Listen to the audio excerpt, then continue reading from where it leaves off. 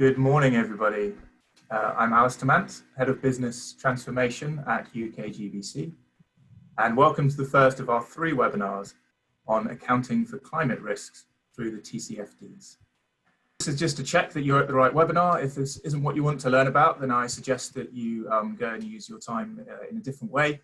But we're going to be providing an introduction to the transition and physical risks from climate change, what the Task Force for Climate-Related Financial Disclosures is seeking to achieve, that's the TCFD, and the reaction of financial regulators and institutions. And so to this end, we'll be hearing from the Bank of England, Aviva, and NatWest. And as you can see there in the agenda, after the 3 presentations, we'll have about 15 minutes for Q&A. And I think we've timed this webinar really well. I like to say that that's on purpose, but it wasn't. But this morning, the Committee on Climate Change published their 2020 progress report to Parliament. And so that's a bit of reading for you after this hour. But it states that although there has been some progress over the last year, much remains to be done to support the transition to a net zero economy and improve the UK's resilience to the impacts of climate change. It also recommends seizing the opportunity to turn the COVID-19 crisis into a defining moment in the fight against climate change, aka the green recovery that UK-GBC and many others have been advocating for over the last few weeks. And if you're interested in this, you can find our position paper on green recovery if you go to our news page on the website and look at the article dated June 16th. I think the biggest link to today's webinar is that the CCC report highlights 5 clear investment priorities for the months ahead. And the first one off those 5 is low carbon retrofits and buildings that are fit for the future. In other words, we need to transition to zero carbon emission buildings and ensure they are resilient to the increasing physical risks. I'm going to leave my introduction there because we've got an excellent speaker from the Bank of England, Chris Faint, Head of Climate and Small Mutuals, who's heading up their work on climate and will provide a unique update on the Bank of England's approach and work on climate risk. And this is a pre-recorded video from our Leaders Network event just this time last week, so very up to date, but Chris unfortunately couldn't join us today. It is an excellent presentation, so please enjoy the video, which will play through Zoom, and then we'll reconvene. Good morning.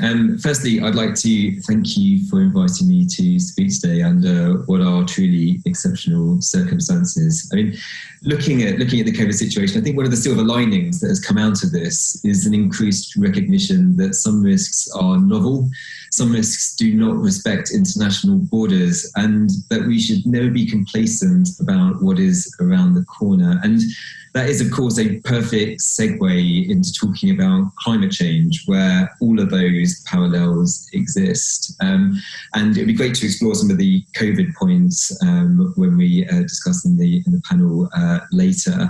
But of course, climate change is what I'm here to speak about and is a huge topic. So what I thought I'd do is try and cover it in 3 relatively brief sections. Firstly, what I can do is talk about why the Bank of England cares about climate change. Secondly, I can then talk about why this issue is fundamentally different to others and necessitates a different approach. And then what I'll do is I'll talk about some of the work that the Bank of England is doing to look at climate change, majoring on the stress test that we're doing and how we're thinking about climate scenario analysis. But before then, let me just cover some of the basics. Why do we as a central bank care about climate change? Well, clearly climate change matters for the environment, it matters for the planet, but what has become self-evident is that climate change creates financial risks that impact all of the firms that we regulate, from insurers to banks to building societies to credit unions. And depending on the speed with which they crystallize, these would potentially impact financial stability as a whole as well, both in the UK and abroad. So just to recap, the climate risks manifest in two forms. There's the physical risks and the transition risks. The physical risks are those that arise directly as a result of acute changes in the weather, and you see it in, from floods in Yorkshire to typhoons in Japan. And these also manifest in longer term trends, such as major flooding from increased sea levels, which I imagine would be of particular interest to those listening to this session today. But the transition risks are very different in nature, as they arise from changes in government policy, technological advances, and changes in consumer preferences as we transition to a world with different carbon pathways. And to use a case study of that, you mentioned the BP write-down recently, and that is a great example of why we care about this. I mean, 2/3 to 3/4 of fossil fuel reserves that are currently sitting on energy companies' balance sheets will not be able to be burned if we're going to meet our current carbon pathways. So that means that the value of those assets are effectively stranded if we are going to bend the curve. So it will mean that the energy companies that hold those assets will either have to materially adapt the way that they operate, or they might not continue to exist in their current form. And of course, this need to transition is not just about energy sectors. It includes all of us, from real estate companies through to governments, through to central banks. So it's something that should be high on all of our agendas. But I think it's fair to say that whilst these risks are arising now, and whilst we think that they will be bigger than other risks that we've been looking at, we can't analyse these risks using our usual frameworks, because there's a number of distinctive characteristics of these risks that mean that we need to be creative in how we look at them. And the Bank of England has been pretty vocal in setting out how we think that climate risks are actually quite distinctive. And broadly, we think of this in 3 dimensions. So the first is in terms of the far-reaching breadth and scope that's represented by these risks. So these risks have an impact on every consumer, corporate sector and geography, but they are also subject to significant tipping points, after which they become irreversible. And you just need to look at what's happening with ice caps to see the best example of that. The impact of these risks will therefore be correlated, but they'll also be non-linear. So they'll happen at a greater speed and to a greater degree than risks that we've seen before. The second is that these risks are simultaneously uncertain, yet they are totally foreseeable. So it is difficult to see what path and what combination of physical and transition risks we will observe. But what is absolutely certain is that we have 2 options. Under the first option, we don't do a transition and we go along a pathway that leads to material physical risks, building. Or we go down a different path where we accept that we need to transition, and you have a combination of transition and physical risks. So it's not a question of whether we do face risks. We can't avoid these risks. It's rather what is the combination of risks that we will face. And I think firms realizing that and recognizing that this is something we cannot avoid is a key step in the process of looking at these risks within organizations. And the third is that once released, carbon remains in the atmosphere for an exceptionally long time. So it will create risks that materialize many, many years into the future. So this means that once it becomes clear that we will need to reduce these risks, it could be too late for us to reduce the risks. So there's a need to act today in order to start bending that curve. And this is what the previous governor of the Bank of England, Mark Carney, referred to as the tragedy of the horizons. So taken in the round, this means that if we are to minimise risks, we require an orderly transition to a net zero economy that starts today. And we need to start taking action as individuals and as firms to bend that curve.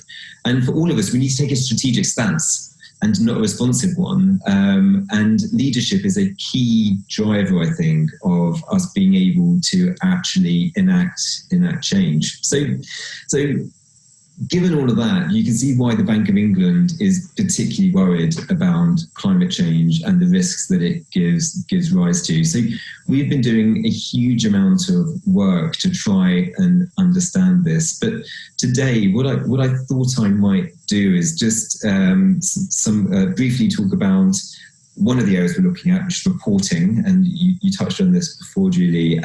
But then what I'll do is I'll talk in more detail about how we're thinking about risk and the actual measurement of risk. So to start with reporting, I think it's fair to say that we have a real issue here, because if the financial system is to allocate capital in the right way, it requires the right information to do so. But the information out there is incredibly scarce, and where it exists, it's often inconsistent. So there are increasing calls for us to fill this void with more and more climate disclosure, and not just qualitative climate disclosure, but quantitative climate disclosure on the types of risks and threats and opportunities that firms are exposed to.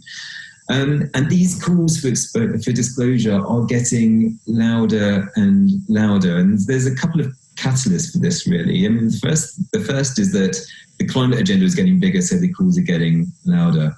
The second is that within the UK, there's an increasing call for firms to set out how they're going to react to the government's target of the UK becoming having net zero transitions by 2050, because it will impact all of the firms that have material activities in the UK. And the COP unit, which is whose finance stream is now being led by Mark Carney, has said that this is going to be a key area that it's looking at. It will want to make firms disclose, to set out how they are going to meet that pathway in the UK and in other countries where similar targets have been set. But taking a step back, why is it that we've seen so little disclosure? And the reason is because it's really, really hard. I mean, sometimes firms don't want to disclose their exposures, but for those firms that do, they often don't know where to start. And you mentioned the Task Force on Climate-Related Financial Disclosure, and I think this is the best framework that's out there for thinking about how you structure your approaches to climate risk, how you disclose on those risks. And to date, it's been adopted by over 1,000 firms, and there are increasing calls to make TCFD the go-to place for climate disclosures.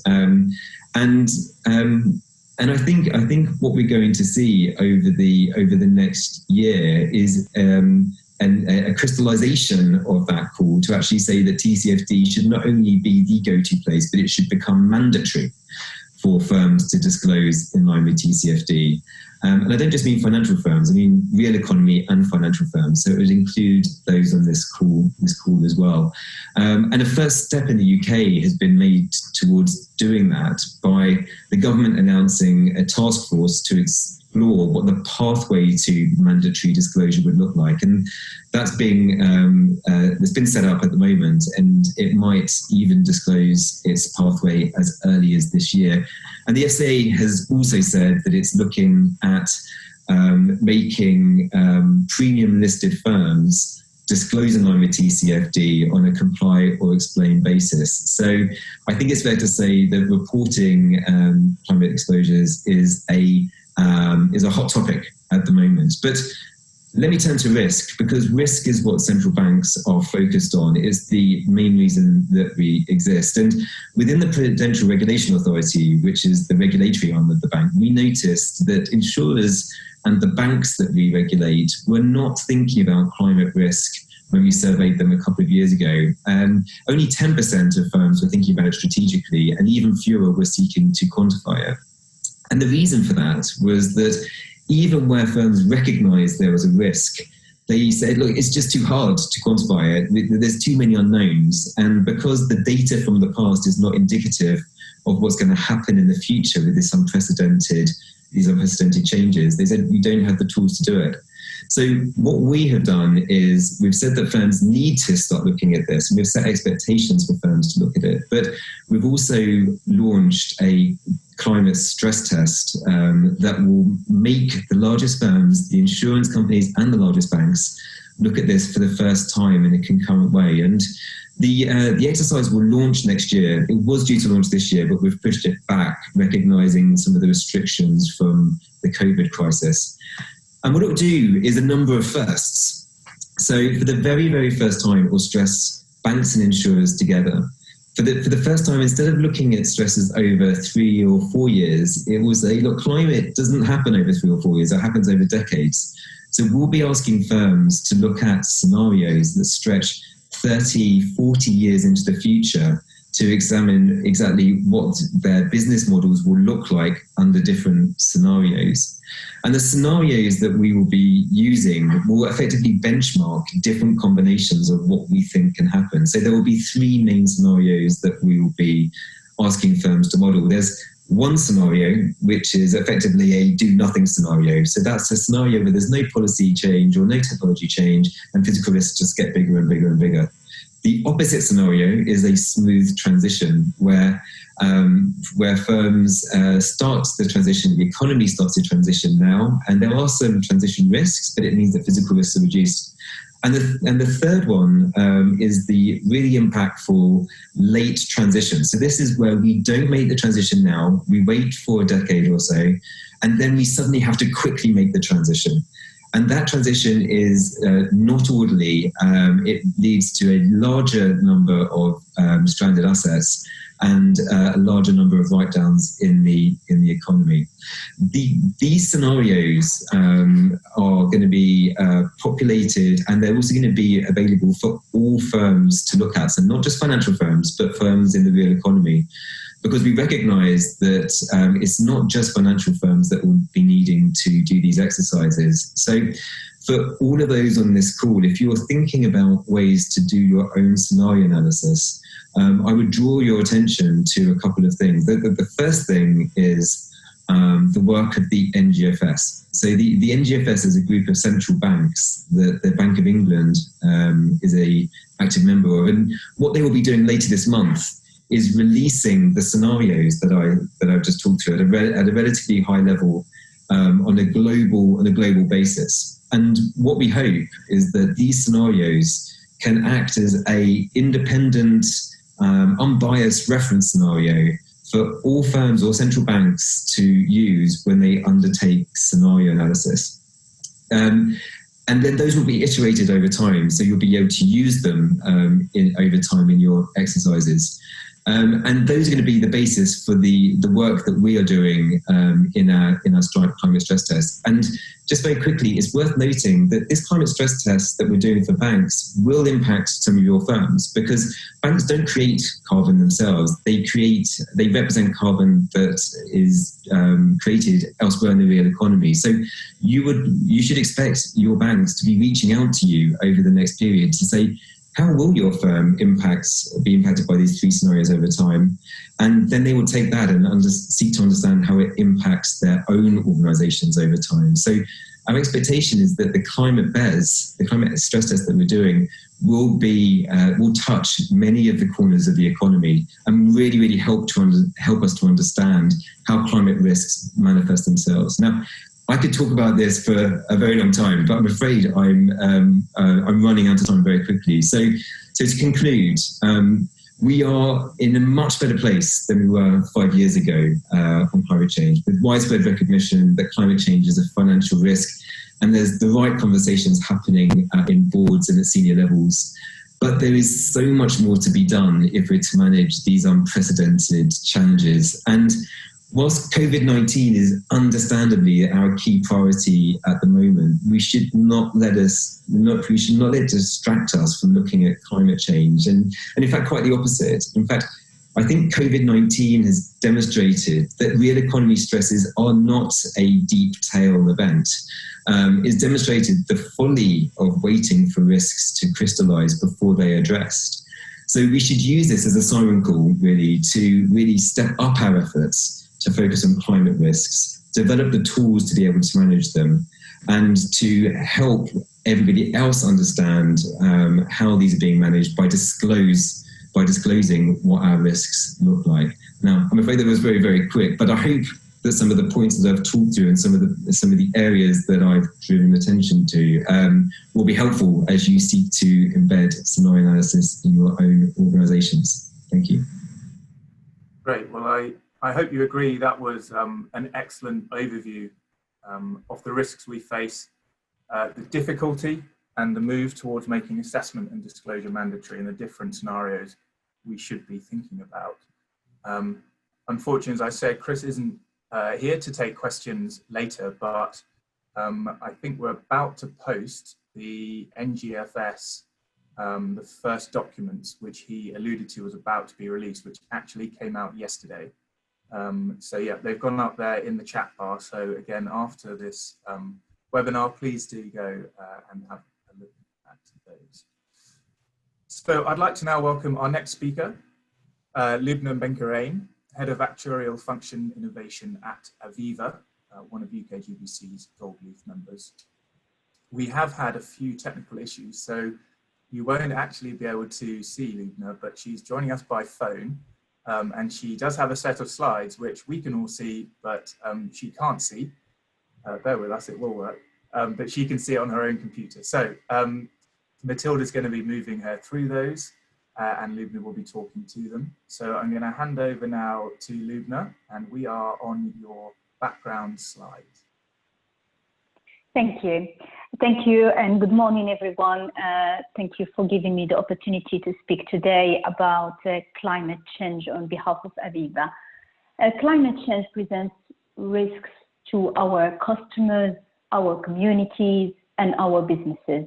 Our responsibility is to ensure we are taking action today to identify, assess, measure, and manage the risks from climate and grasp opportunities to support the transition to low carbon economy. To meet regulatory expectations, our public commitments, and ensure we have efficient and effective risk management processes, we have initiated in Aviva a climate-related risk and opportunity project. The group CRO is the executive sponsor of the project, supported by all the UK and material non-UK businesses. In the next few minutes, I will aim to summarize briefly to you Aviva's approach to integrate climate-related risks and opportunities into our governance, strategy, risk management, and reporting. Next slide, please. Aviva has signed up to key commitments such as a Paris Agreement target to limit the global temperature rise to well below 2 degrees above the pre-industrial level, but also to Net Zero Asset Owner Alliance to be a net zero asset owner by 2050, and to better building partnership commitments for our real estate investment business to become net zero by 2050. Next slide, please.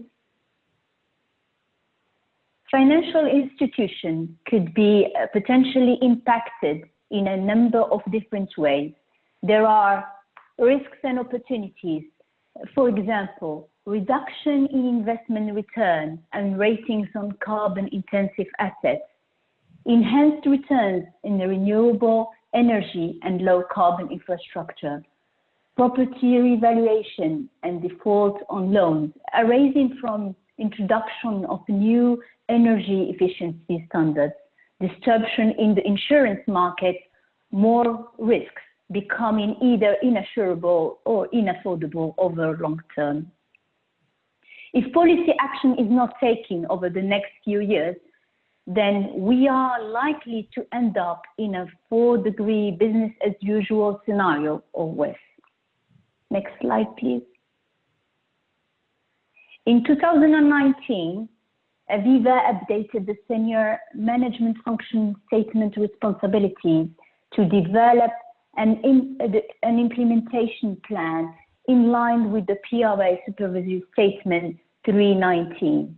The local and group CROs have been given the responsibility to implement and embed climate into our governance, risk management, strategy, and reporting frameworks. Next slide, please. Aviva's climate strategy is articulated into 4 pillars: investment, insurance, operation, infrastructure. For investment, we commit to align our business to 1.5 Paris targets and be a net zero asset owner by 2050. Further integrate environmental, social, and governance factors into our investment processes. From an insurance perspective, we are further developing our conscious and innovative products offer across Aviva, rewarding customers for environmentally responsible actions and provide an element of adaptation, resilience, or additional cover for those customers at risk of the extreme weather impact of climate change. From an operation perspective, our ambition over time is that our business operation should have positive climate impacts, use 100% of renewable electricity by 2025, deliver a long-term reduction target of 70% of our absolute carbon emission by 2030. Aviva has been carbon neutral in respect of our operations since 2006. For influence, we aim to use our influence to help tackle climate change, provide strong and vocal support to capital market reform, encourage policymakers and regulators to change the financial system so markets reward sustainable investment and businesses. Next slide, please. In July 2015, we announced an investment target of 500 million annually for the next 5 years in low carbon infrastructure. We have already achieved our 2020 target. Aviva has invested 6 billion in green assets since 2015, 3.8 billion in low carbon infrastructure, and 2.2 billion in green and sustainable bonds. In 2019, we invested 717 million in wind, solar, energy from waste, and energy efficiency products. Next slide. In conjunction with the Unipify Investor Pilot Project and Carbon Delta, now MSCI, we developed a climate value at risk measure to assess the potential business and financial impact of future climate-related risks and opportunities in each of the IPCC scenarios, i.e. 1.5, 2 degree, 3 degree, and 4 degree scenarios, as well as in an aggregate. Aviva is more exposed to the 4 degree scenario, where physical risk dominates negatively, affecting long-term investment returns. The 1.5 and 2 degree scenarios are the only scenarios with potential upside. Next slide, please. We are strongly advocates of the need for all companies to publish consistent information to help business making decisions and promote transition to a net zero carbon emission by 2050. We have disclosed our climate-related financial disclosures since 2016, and our reports are available on our website. Next slide, please. We believe that unmitigated climate-related risk presents a systemic threat to societal and financial stability. Financial institutions have a central role to play in moving the world to a low-carbon future. Ahead of the COP26, Aviva continues to integrate the assessment of climate-related risks and opportunities into our strategy decision-making, risk management, and reporting frameworks. In particular, Our updated climate change strategy will be launched in this summer. We will further develop the skills of our board and our people in this area across Aviva. We will continue developing our tools and approaches as well as metrics to assess the potential impact of climate-related risks and opportunities over a range of different time horizons. We fully anticipate that these approaches will evolve over time in the light of new research, data, and best practices. We work collaboratively with UNEPIFY, industry associations, sector peers, academic, professionals, and bodies and regulators, etc., to ensure to promote the use of comprehensive and effective tools and approaches that enhance both the quality and the quantity of the disclosure. Thank you for your attention. Thank you very much, Lubna. See a lot to take in there for people. I certainly took that there's a significant increase in the commitments being set, the advocacy undertaken, the governance and training systems as well, all towards being a net zero asset owner by 2050. And of course, Aviva is a very large owner of assets in the UK. So for those listening, you know, it's interesting to hear at the top what's happening and think about how that might filter down quickly into our industry and the design and management of buildings and infrastructure. Also a good example of the large growth in sustainable finance, such as green bonds. And over the last few months, there's been a lot of studies and data about how they've actually fared better through the COVID crisis, as well as the huge uptick in the amount of investment there. And similar to how Chris mentioned in his first speech around, actually, we need to be planning for a 4-degree world, which is a pretty scary prospect. And I'm sitting here feeling rather warm today in southeast London, and I'm sure many of us are. And as we look out across the world and some of the data that's coming from the Arctic, it certainly pause for thought, and the fact that you know, any of the benefits in the modelling are thought to finish around 2 degrees. So what does that mean for our industry, 4 degrees? Well, so lots to think there. I'm sure some questions will start coming through. And now I'm going to turn us to our last speaker, Fiona Watson, Head of Legal, Treasury, ESG and Disclosure at NatWest Group. That's maybe because I'm used to saying RBS, but now it's more NatWest, who are also a Gold Leaf member. And Fiona, we can see you, which is great. And over to you. Thank you, and good morning, Alistair, good morning, everybody. It's a pleasure to be with you, albeit to talk about what is a very, very challenging and, yes, depressing topic. It's a particular privilege to be here to speak with representatives from 2 of the industry sectors with the greatest potential to really meaningfully contribute to the UK's transition to a net zero carbon economy. I'm a lawyer at, it's still actually RBS Group, the legal name changes in about a month's time, but NatWest Group, who advises the group on various matters relating to their own capital markets funding and global market disclosures. I'm a head of legal for Treasury, ESG and Disclosure, not head of Treasury, ESG and Disclosure, I should add. That title's a bit misleading and not nearly that grand. But because of my role and what I do, I've been very, very drawn in to the significant increasing issue of climate with regard to both funding.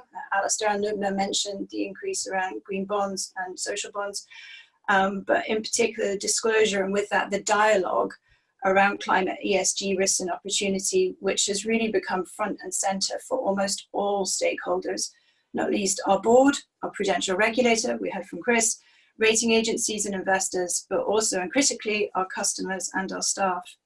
So I've been playing an active role in developing our approach to these disclosures under the framework of TCFD, and join a buffet of internal governance forums, which I'll talk about very briefly later, including our Climate Executive Steering Group and various disclosure committees. So today I want to try and focus on 4 things. Firstly, put the TCFD recommendations in some context, both the context of their influence on institutions such as NatWest, and also in the context of a wider market and regulatory focus on climate and ESG. Secondly, discuss how this is not just about climate and why the frameworks that the TCFD recommendations promotes do and will need to be able to expand quite rapidly to the wider ESG agenda, especially post-COVID. Thirdly, outline some of the really big challenges that all industry participants face. And we've heard how TCFD can be expected to become mandatory. So we will all be facing very similar challenges as we try to embed, measure, manage our climate risk and report on it in a meaningful, comprehensive, comparable and consistent manner. Finally, I'm going to finish with my own views on some of the major changes that are on the horizon, not least, and unfortunately, the reality of a rapidly changing climate. So firstly, a somewhat inappropriate metaphor on the next slide, showing how the disclosure that you are seeing from institutions that have already started reporting in line with the TCFDs is really just the tip of the iceberg. People frequently seem to think that TCFD is a prescriptive disclosure standard. It's not. It will be a lot easier when we get to that point. Right now, what it is are recommendations that really force us to look internally and make historic changes in mobilizing resources, increasing awareness, and frankly, educating across the entire institution as to the significance of climate risk and with that opportunity. On the next slide, Chris mentioned that disclosure is really, really hard, and I can absolutely 100% support that. It is very hard. And this is just, on the slide here are a few examples of what would be the tip of the NatWest Group iceberg, to continue the metaphor, from our 2019 annual report. Here you see how we have made climate change a core part of our new strategy, a purpose-led strategy. And with that, we have put out some pretty bold ambitions and specific targets in certain areas, including an ambition to have the average EPC of our mortgage exposures up to a level C by 2030. We provide more granular detail on the risk management for certain sectors, specifically physical risk, which is more pertinent obviously to real estate. And we provide throughout our annual report quite a lot of detail on governance and how we're approaching the issue of climate risk. I'd also recommend reading the Bank of England's own TCFD report, which they put out last week, which gives a really good indication of what they expect to see and the approach that they expect to see from market participants, not just their regulated entities. Looking across, particularly financial services and banks in particular, we do see a wide range of different approaches, both in the form and substance. And that's because there is no disclosure standard. And the question is, with such non-linear risks and a lack of data and a lack of consistency as to how to approach that data, analyze it and present it, it's very, very difficult for us to know what is decision useful information and to whom we should be addressing that information. So hence you will see some market participants putting this climate information into their annual report, which comes with a higher level of liability. Some people will make it available through websites or through separate supplements. And at the moment, that's all fine. And what it does is it plays into a much better conversation and dialogue around some of the issues and the different approaches. On the next slide, you see a highly simplified diagram of what's happening under the surface and what TCFD is making us all do. This really starts and to some extent finishes with data. It's data, data, data, how that feeds into metrics, how we can use that to support good risk management, how we can use that to support good scenario analysis, which is a long-standing risk management tool, and also participate in the stress testing that Chris outlined with the BES next year.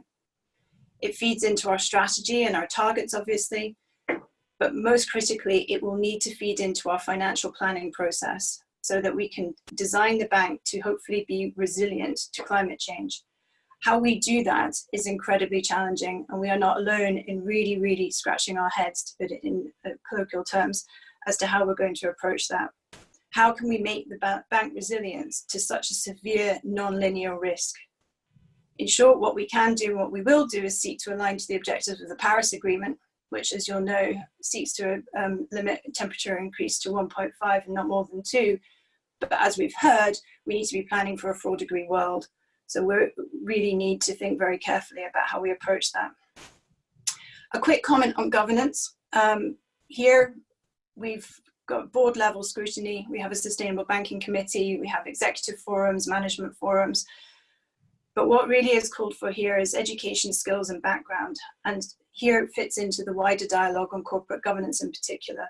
There are significant considerations for director duties as part of the wider corporate governance reforms. Many of you will be familiar with the Section 172 developments for explaining how you're catering to wider stakeholders.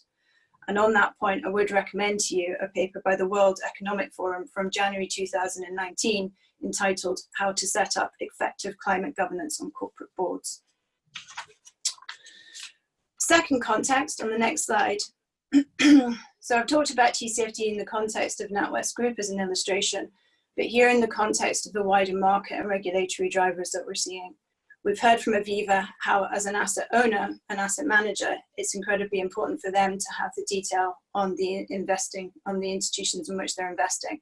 It's also obviously a very important topic across public opinion, arguably increasingly important.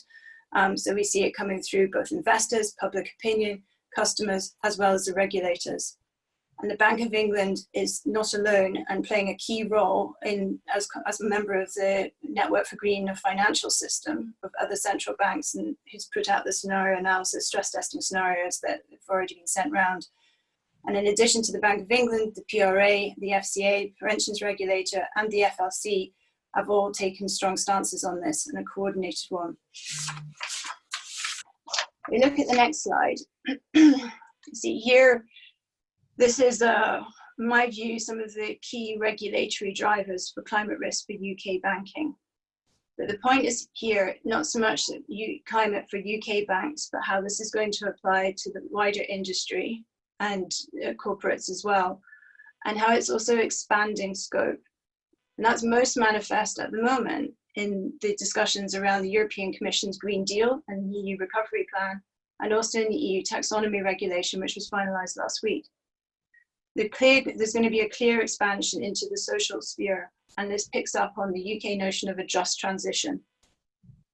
Now also the EU taxonomy develops for the first time, it has international significance, notwithstanding Brexit, it has international significance as it's the first taxonomy for classifying environmentally sustainable activity.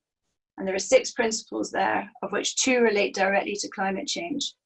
But what's important to note is that institutions will be expected to report in line with the taxonomy, and in doing so and in tagging activity to those at least one of those 6 principles, they'll also need to be comfortable that they do no significant harm to the other 6. And this is a relatively long-standing concept that needs to be really unpacked and fleshed through. Because if we as a bank want to be able to provide an asset that's tagged against the European taxonomy, we'll need to think with our customers and clients as to how we can ensure that the do no significant harm principle is complied with. Moving on to the next slide, you can see how those assets and the criteria around those assets flow through the entire value chain and then get aggregated into our TCFD reporting. So the criteria for the assets and deposits, green mortgages, loans, will need to be captured both at an asset and a counterparty level. That flows through into the aggregated reporting that we do as a bank for our stakeholders. And indeed will also be captured in some of the funding that we're doing. So we've recently done the first green bond. NatWest Group's first green bond on a US SEC registered format. And with that, we provide a separate framework that speaks to the criteria of the assets that we are using the net proceeds towards. And we then report separately on that through funding and impact reporting.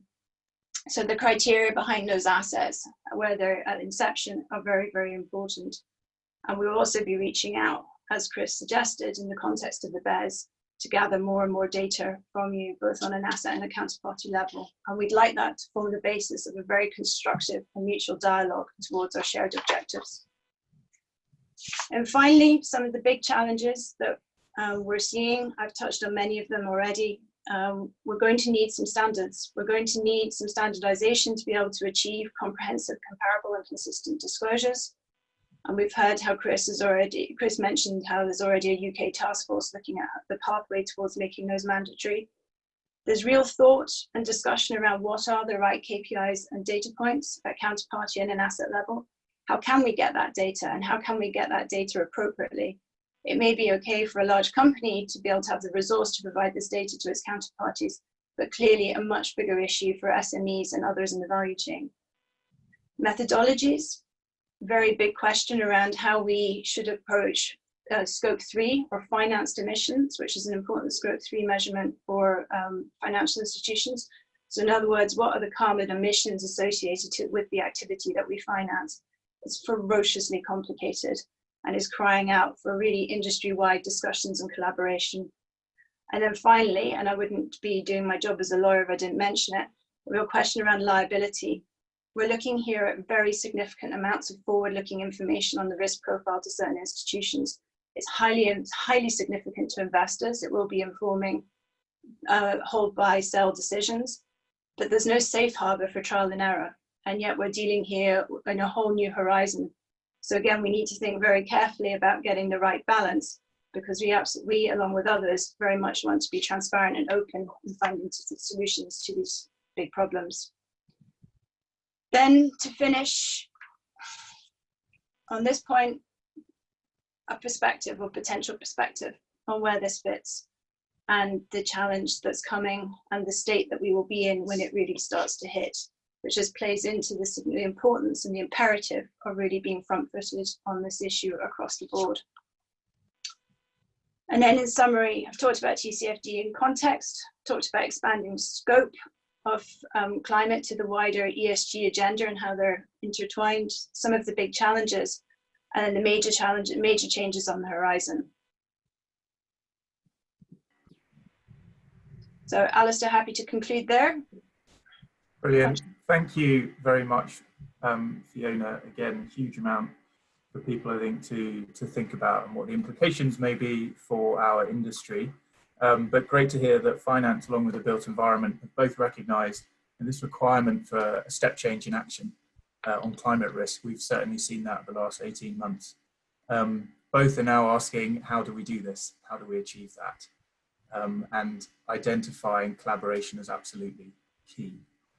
So if there are questions, please do send them in. I've actually put one in the chat box for everyone, because I just thought it was quite interesting to sort of take the temperature.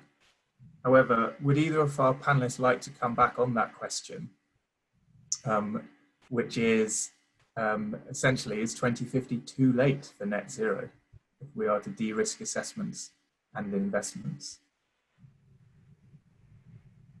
I'm happy to speak to that, but happy to hear from Lubna first. I go on, Fiona. I think the short answer is yes, absolutely, 2050 is too late. I don't think anyone is seriously, well, we've heard from a number of market commentators, but it's clear in the approach of investors and rating agencies that the sooner we make the transition, the better, or rather the less worse it will be. So it would not be prudent or good risk management to leave significant aspects of the transition to the 2040s or even the 2030s. And I think it goes without saying that the sooner we can, perhaps on a sector level, prioritize transition towards net zero, the better the aggregate risk profile will be. Okay, and Lubna, would you like to comment on that? I totally agree with Fiona. I mean, 2050 is just a target day, but we need to start as soon as possible to mitigate and build the resilience for our physical litigation and transition risk. So it is important and I encourage all the financial industry to start, investing into understanding what are the implications and at the short and long term. Okay, and I've got another one. I'll direct first at you, Lubna, which is, as you've alluded to there, we need to go further, faster. But do you feel that policymakers and regulators are moving in step with the insurance and financial sector? Well, we welcome and fully endorse the TCFD recommendation as highlighted earlier in my presentation, and also the increased regulatory focus on climate change from the PRA, the FCA, EIOPA, etc. Ultimately, this regulation must be integrated in policies. Where there is a lack of global and policy actions, and it is taken too late or too sudden, this could be influential, and in particular for real estate, this could mean that we need more positive energy efficiency policies for the existing building stocks, or a better local planning policy to control the construction of new assets or new mechanisms to basically encourage the decarbonization of existing buildings and infrastructure. So this is my view.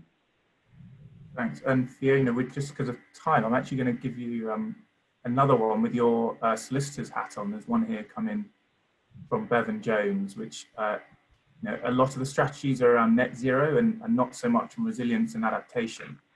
And he asked, is there an underlying litigation risk for local authorities and other high-profile businesses and institutions because they're not adequately tackling climate risk? I mean, the short answer is probably. You need to have obviously a legal basis for bringing claim and litigation, and climate change is actually climate change litigation is a rapidly expanding area of law internationally. And there have been a number of quite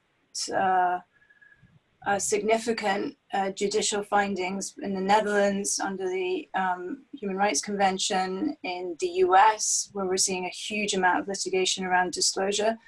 So I think it's certainly the use of litigation and use of the courts is something which is a trend and is something that corporates should be very mindful of.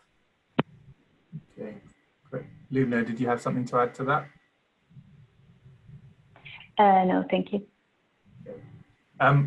Unfortunately, I'm looking at the clock, and my role as facilitator is to make sure we finish on time at 11. So we're going to have to leave it there. There are another couple of questions which we may be able to answer online or following this session in the write-up. But thank you very much to both of our speakers, to Fiona Watson and Luna Benkerain. And I'm going to see if I guess.